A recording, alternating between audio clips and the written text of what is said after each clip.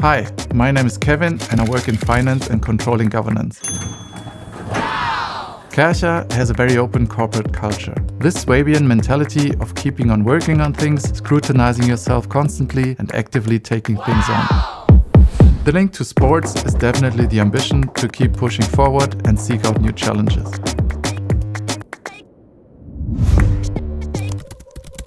Hello, my name is Alexandra and I'm in finance and controlling governance.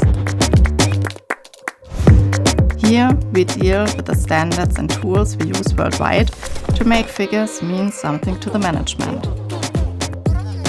Wow! My wow moment was when I got a position tailored to me, a customized Alexandra role, you might say. Hey, wanna wow with us?